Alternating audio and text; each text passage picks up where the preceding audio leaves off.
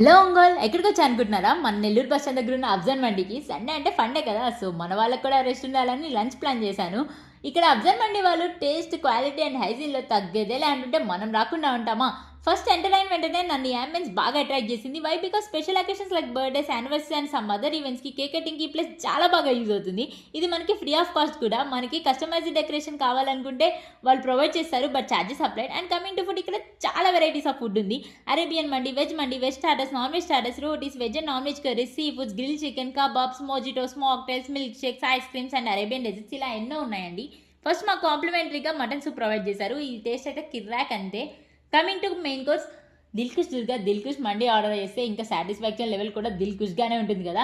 ఈ దిల్కుష్ మండి కాంబోలో మాకైతే 2 mojitos, chicken lollipops, Guntur chilli chicken wings వచ్చేసాయి.